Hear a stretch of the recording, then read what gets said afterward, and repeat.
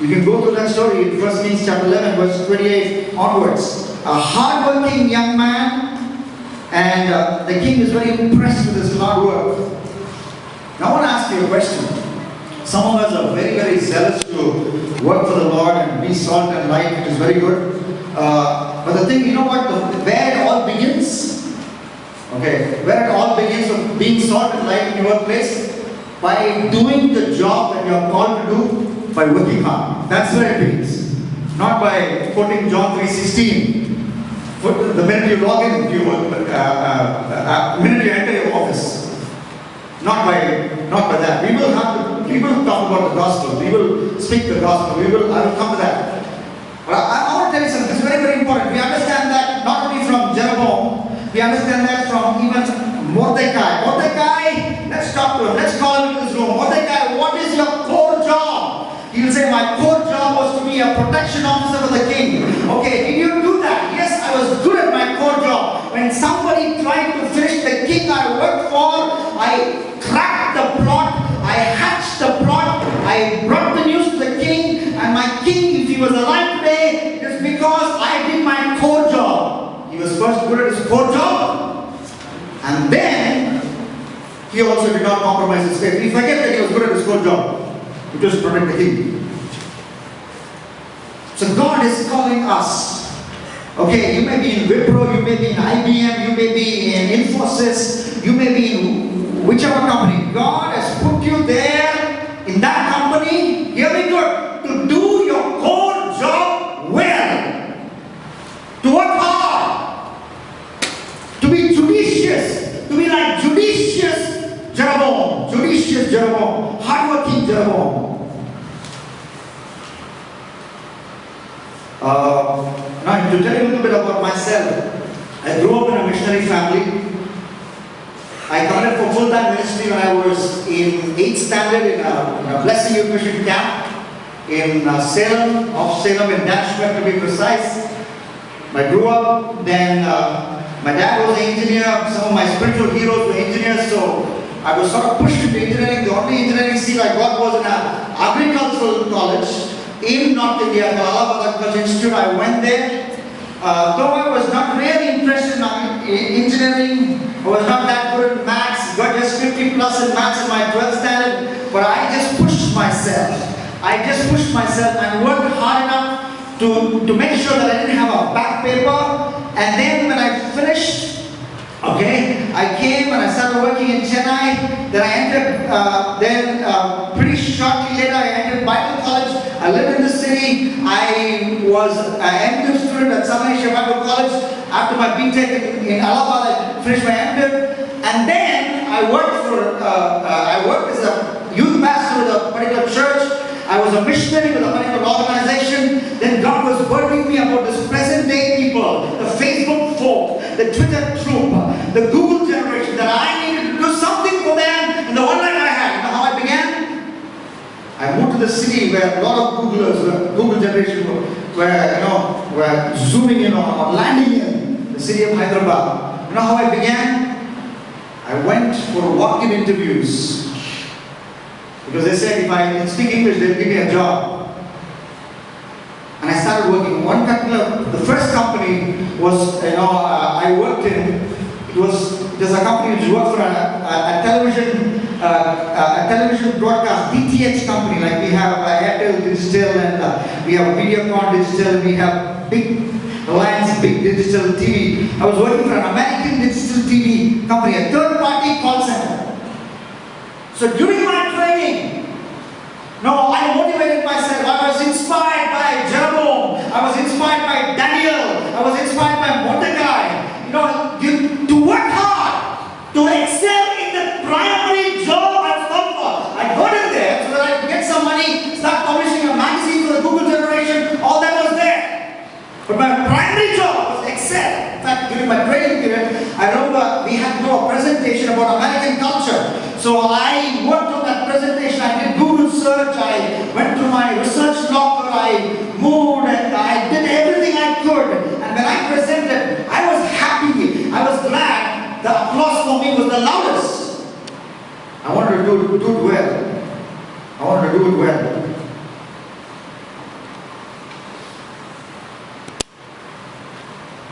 judicious Jeroboam. Ask yourself, am I judicious at work? Am I like Daniel and his friends who were 10 times better than their contemporaries after the training period was over? It was a judicious Jeroboam. Secondly, he was exalted Jeroboam. J-E, he was the exalted Jeroboam.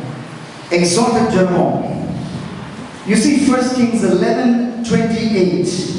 In fact, we can start looking at 26 as well. 26. 1 Kings 11:26. Okay, his mother was Zeruiah, a widow. He's coming from a son of a widow. No great family backup. No great family backup. Okay, he's from the tribe of Ephraim. Maybe if you're an Israelite, if you're born from Judah, you have several promises of God concerning Judah, but Ephraim, not much. We can say born to the wrong family from the wrong clan. But what happens to him? Look at verse 28. He was very capable young man. When Solomon saw how industrious he was, he put him in charge of the labor force from the tribes of Manasseh and Ephraim. He got exalted.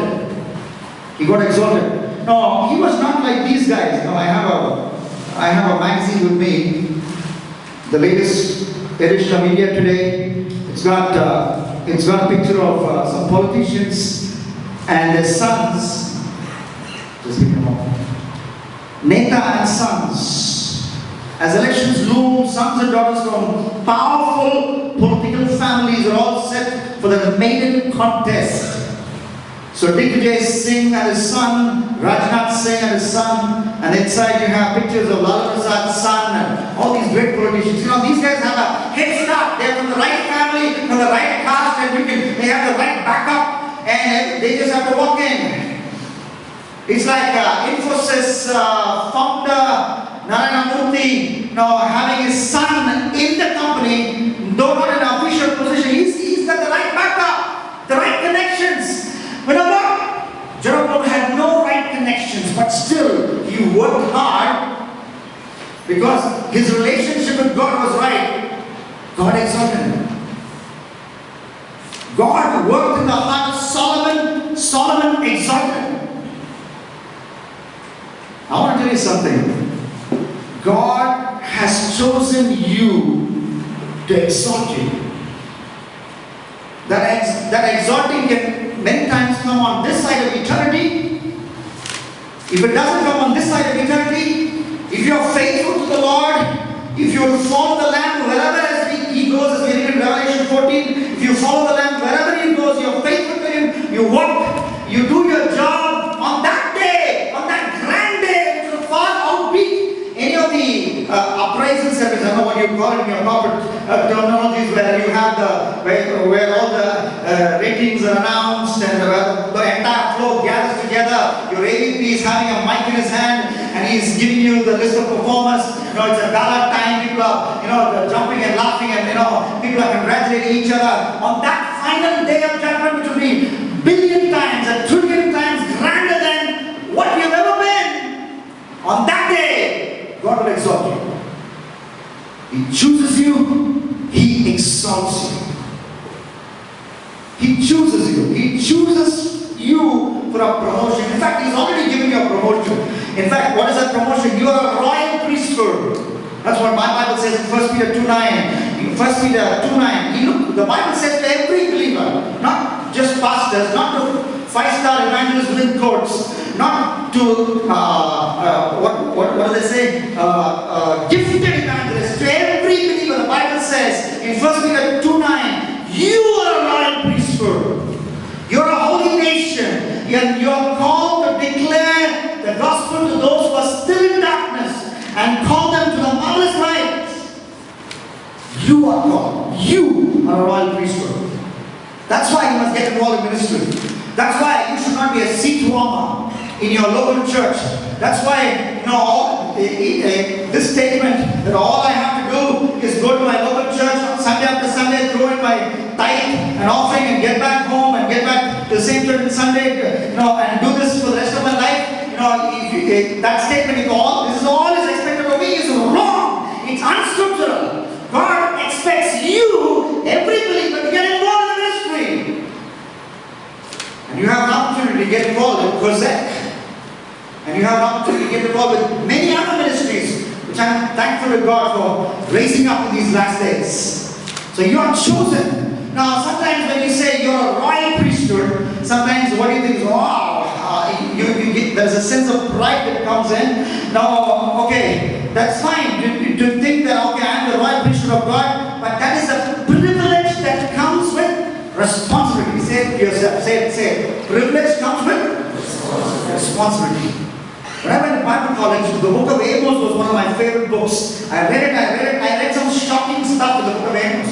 Have you ever read Amos chapter 3 verse 2? Look at it in your Bibles. Amos, towards the end of the Old Testament. Amos chapter 3 verse 2.